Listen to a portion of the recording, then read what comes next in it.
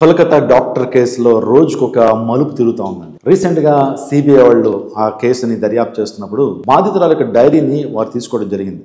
ఆ డైరీలో ఒక పేజీ చింపబడి ఉన్నట్లుగా సిబిఐ వాళ్ళు చెప్తున్నారు. ఎందుకు చింపబడింది, అందులో ఏముంది? వాస్తవానికి బాధితురాలికి, ఆ వైద్యురాలికి డైరీ రాసేటువంటి అలవాటు ఉందట.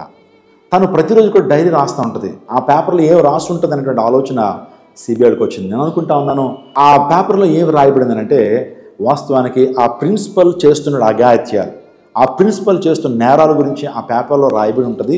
అందులో పెట్టే ఆ పేపర్ని చింపేసి ఆమెను ఆ వాస్తవాల్ని, లేకపోతే ఆమెలో హృదయంలో ఉన్నటువంటి వాస్తవాల్ని సమూలంగా నాశనం చేయాలనే ఉద్దేశంతోనే పథకం ప్రకారమే ఆమెను చంపడం జరిగింది.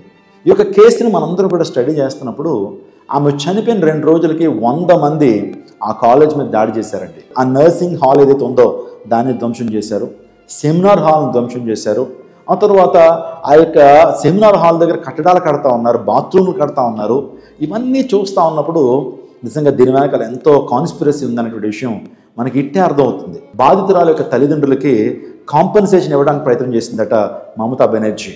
మీరు ఇంకా ఈ విషయాలు ఎక్కువ ఆలోచన చేయొద్దు, పోయినటువంటి ఆ మరలా తిరిగి రాదు కాబట్టి కొన్ని కోట్లలో మీకు నష్టపరిహారం ఇస్తామని చెప్పి వాళ్ళని ప్రలోభ పెట్టారని ఆ కథనాలు వినపడుతున్నాయి. ఆ ప్రిన్సిపల్ని వెనకేసుకు రావటం, ఆ పోలీస్ వ్యవస్థ యొక్క శైలి, ప్రభుత్వం యొక్క శైలి చూస్తూ ఉన్నప్పుడు దీని వెనకాల చాలా కుట్ర దాగబడి ఉన్నదనేటువంటి విషయం మనకి ఈజీ అర్థమవుతుంది. ఖచ్చితంగా సిబిఐ వాళ్ళు వీటన్నింటినీ బయట పెడతారు, దోషులు ఖచ్చితంగా శిక్షించబడతారు. ఇందులో ప్రభుత్వం హస్తం ఉన్నట్లుగా కనబడతా ఉంది, ఎంపీ కొడుకున్నట్లుగా కనబడతా ఉన్నాడు.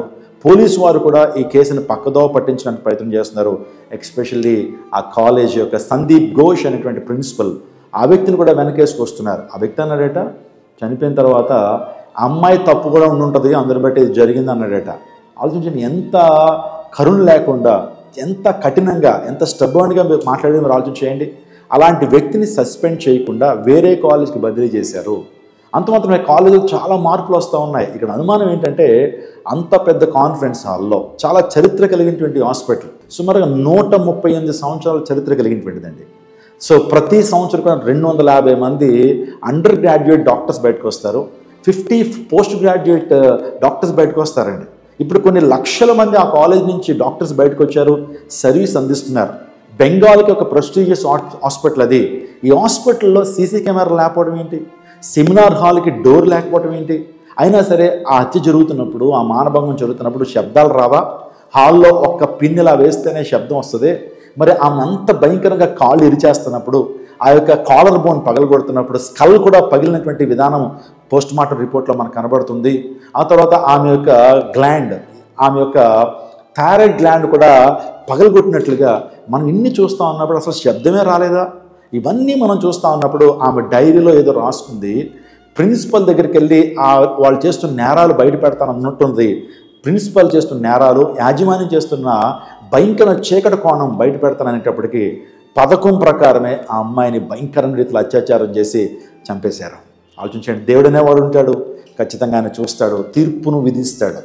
కాబట్టి ఆ డైరీలో ఆ పేపర్ చింపబట్టడం మరింత అనుమానానికి తావిస్తుంది. కాబట్టి మనందరూ కూడా ఆ డైరీలో ఉంటే ఆ పేపర్ చింపబడినటువంటి ఆ పేపర్ ఏదైతే ఉందో అనేక అనుమానాలకి తావిస్తుంది. ఇంకా అనేకమైన విషయాలు మేము ముందు పెట్టాలని ఆశపడుతున్నాను. న్యాయం జరగాలి. ఈ రోజున ఈమె విషయంలో మనం వదిలేస్తే కనుక రేపొద్దున మన కుటుంబంలో జరగచ్చు, మన ప్రాంతాల్లో జరగచ్చు. ఎక్కడో కలకట్టాలో జరిగింది, మరి మన ప్రాంతంలో జరగదని గ్యారంటీ ఉంది. ప్రభుత్వం వారు నిర్లక్ష్యం చూపిస్తే, సుప్రీంకోర్టు నిర్లక్ష్యం చూపిస్తే, సిబిఐ వాళ్ళు నిర్లక్ష్యం చూపిస్తే ఇటువంటి దారుణాలు జరుగుతూనే ఉంటాయి. సమాజం అనేక మంది ఆడపిల్లలు, అనేక మంది అభోషిభుతని ఆడపిల్లలు వారు మృత్యువాత పడాల్సి వస్తుంది. కాబట్టి మరిన్ని వీడియోలకై ఇప్పుడే ఈ ఛానల్ని సబ్స్క్రైబ్ చేసుకోండి. ఇంకా అనేకమైనటువంటి సోషల్ ప్రాబ్లమ్స్, ఆ తర్వాత సూపర్స్టిషన్స్ గురించినటువంటి విషయాలు, ఆ తర్వాత పబ్లిక్లో ఉన్నటువంటి కొన్ని విషయాలు మేము ముందుంచడానికి ఇష్టపడుతున్నా. అనేకమైన విశ్లేషణలు మీకు ఇవ్వబోతున్నాం. కాబట్టి ఇప్పుడే ఛానల్ సబ్స్క్రైబ్ చేసుకోండి, ఫాలో అవ్వండి. God bless you. May the lord bless our India.